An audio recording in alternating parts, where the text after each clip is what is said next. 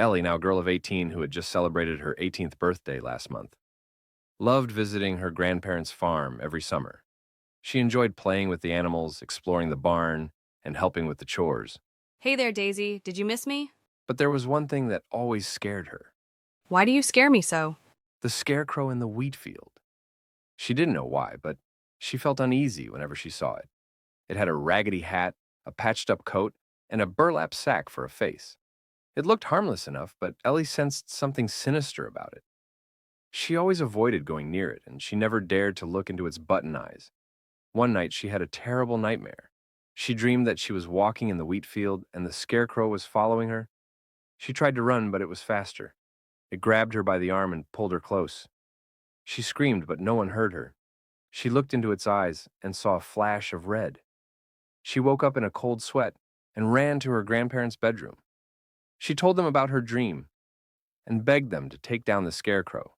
Oh, Ellie, it's just a dream, sweetheart.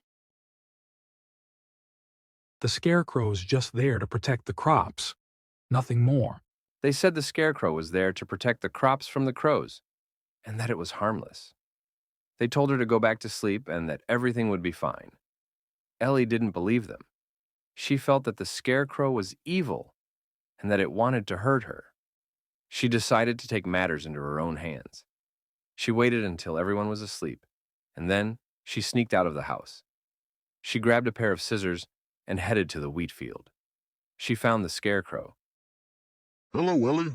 I've been waiting for you. And felt a surge of fear. She ignored it and approached it with determination. She reached for its hat and pulled it off. She gasped and dropped the scissors.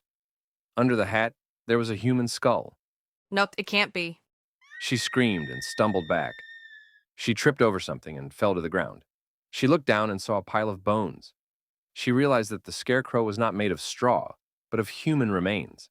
She felt a cold hand on her shoulder and turned around. The scarecrow was standing over her, smiling. "Hello, Ellie," it said in a raspy voice. I've been waiting for you. Ellie screamed again and fainted. The next morning, her grandparents woke up and noticed that Ellie was missing. They searched the house and the farm, but they couldn't find her. Ellie! Ellie, where are you? Ellie, answer us. She wouldn't just leave without telling us, George. Something's wrong. We have to call the police, George. Yes, I need to report a missing person. They called the police and reported her disappearance. The police arrived and searched the area. Morning. I'm Officer Carter. Yes, officer. You We can't reported find your Ellie granddaughter anywhere. She was here last night, and now, nothing. It's like she vanished into thin air. All right. Let's start by searching the immediate area. We'll find her, don't you worry. They found Ellie's scissors and her footprints, leading to the wheat field. They followed them and reached the scarecrow. We should have listened to her. She was terrified of that scarecrow.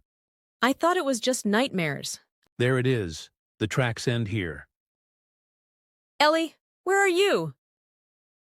Let's see what you're hiding. Dear God. We need to call for backup, now. Nobody even suspected.